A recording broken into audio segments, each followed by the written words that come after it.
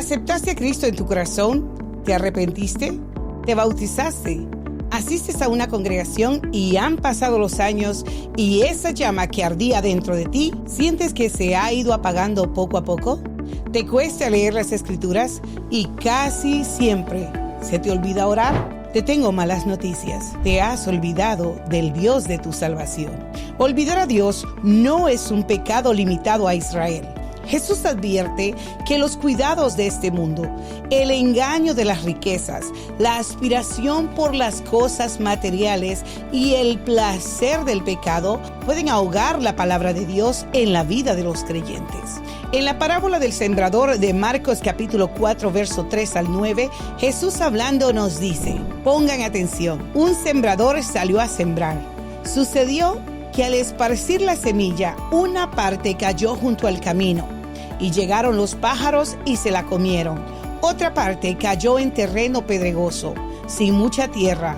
Esa semilla brotó pronto, porque la tierra no era profunda, pero cuando salió el sol, las plantas se marchitaron y, por no tener raíz, se secaron. Otra parte de la semilla cayó entre espinos, que al crecer la ahogaron, de modo que no dio fruto. Pero las otras semillas cayeron en buen terreno, brotaron, crecieron y produjeron una cosecha que rindió el 30, el 60 y hasta el 100 por uno. El que tenga oídos para oír, que oiga. Y la explicación de esta parábola nos la da el mismo Señor Jesucristo en el verso 14. El sembrador siembra la palabra. Algunos son como los sembrados junto al camino, donde se siembra la palabra. Tan pronto como la oyen, viene Satanás y les quita la palabra sembrada en ellos. Otros son como los sembrados en terreno pedregoso. Cuando oyen la palabra, enseguida la reciben con alegría. Pero como no tiene raíz, duran poco tiempo. Cuando surgen problemas o persecución a causa de la palabra, enseguida se apartan de ella. Otros son como los sembrados entre espinos. Oyen la palabra, pero las preocupaciones de esta vida, el engaño de las riquezas y muchos otros malos deseos entran hasta ahogar la palabra, de modo que ésta no llega a dar fruto. Pero otros son como los sembrados en buen terreno.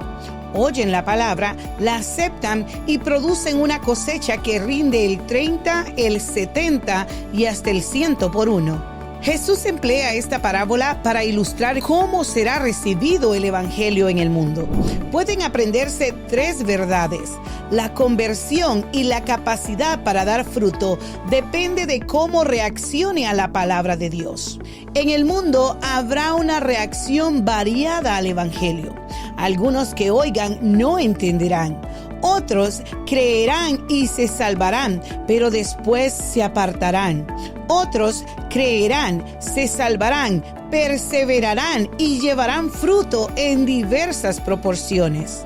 Los enemigos de la palabra de Dios son Satanás, las preocupaciones mundanas, las riquezas y placeres de este mundo. ¿A qué se refiere con quitar la palabra de sus corazones en Marcos capítulo 4, versos 15 al 17? Cristo se refiere aquí a una conversión incompleta, en la cual una persona busca el perdón de sus pecados, pero no alcanza la genuina regeneración por el Espíritu Santo. No recibe la salvación, ni nace de nuevo. Nunca entra en comunión con los creyentes, o si se hace miembro de una congregación, no demuestra una genuina entrega a Cristo, ni que se haya separado del mundo. Las conversiones a medias se producen por los siguientes 6 factores relacionados con los que buscan la verdad. Las congregaciones los tratan con premura, sin comunicarles adecuadamente el Evangelio y lo que exige. La congregación no aborda la posibilidad de esclavitud demoníaca en determinados casos. Ellos creen en Cristo con la mente y no con todo el corazón, en lo más profundo de su ser, su personalidad integral. No se arrepienten con genuina sinceridad, ni se alejan del pecado. Quieren aceptar a Cristo como Salvador, pero no como su Señor. La fe de ellos se fundamenta en lo persuasivo de las palabras humanas, en vez de basarse en la demostración del Espíritu y el poder de Dios. En Marcos capítulo 4 dice que hasta lo poco que tiene se les quitará.